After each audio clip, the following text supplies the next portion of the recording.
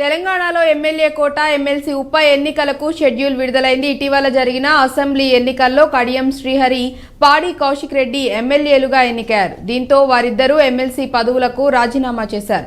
ఈ రెండు స్థానాలకు సంబంధించి ఎన్నికల షెడ్యూల్ను గురువారం కేంద్ర ఎన్నికల సంఘం విడుదల చేసింది. ఇక ఇదే అంశానికి సంబంధించి మరింత సమాచారం మా ఇన్పుట్ ఎడిటర్ సంజయ్ లైవ్ లో అందిస్తారు. సంజయ్, చెప్పండి, ఈ నామినేషన్లకు చివరి తేదీ ఎప్పుడు ఉంది? దానికి సంబంధించి మీ దగ్గర ఉన్న అప్డేట్స్ ఏంటి?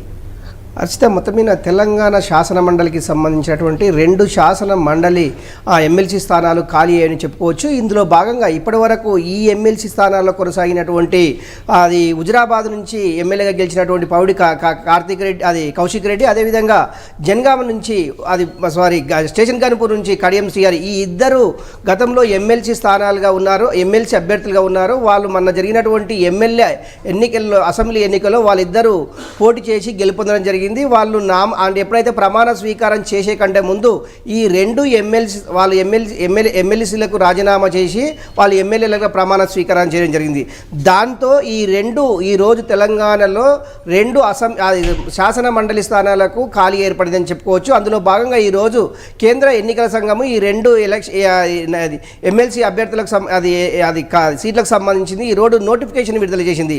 ఈ నెల 11వ డేట్ నాడు, అంటే నామినేషన్ ఉంటుంది, 29వ డేట్ నాడు అది ఎన్నిక ఉంటుంది. అదే రోజు సేమ్ కౌంటింగ్ అదే రోజు జరగబోతుందని చెప్పి అది కేంద్ర ఎన్నికల సంఘం చెప్పింది. మొత్తం మీద ఈ రోజు ఇచ్చినటువంటి ఇందులో చాలా క్లుప్తంగా ఉంది. అంటే ఎప్పుడైతే ఈ రెండు స్థానాలు ఖాళీలైనవో ఈ రెండు స్థానాలకు సంబంధించింది 2027 జూన్ 30వ తేదీ వరకు ఈ రెండు ఎమ్మెల్సీలకు అవకాశం ఉంది. కాకపోతే వాళ్ళు ఎమ్మెల్యేలుగా గెలుపొంది వాళ్ళు రాజీనామా చేయడం వల్ల ఈ రెండు ఖాళీలైనని చెప్పుకోవచ్చు. అందులో భాగంగా ఒకవేళ ఈ నెల 29వ డేట్ నాడు ఒకవేళ ఈ ఇద్దరు అభ్యర్థులు గెలిచినట్లయితే ఎమ్మెల్సీలుగా, వీళ్ళు మరి ఈ రోజు నుంచి 2027 వరకే వీళ్ళకు అర్హత ఉంటుంది. తర్వాత మళ్ళీ ఎన్నికలు జరిగే అవకాశం ఉంది.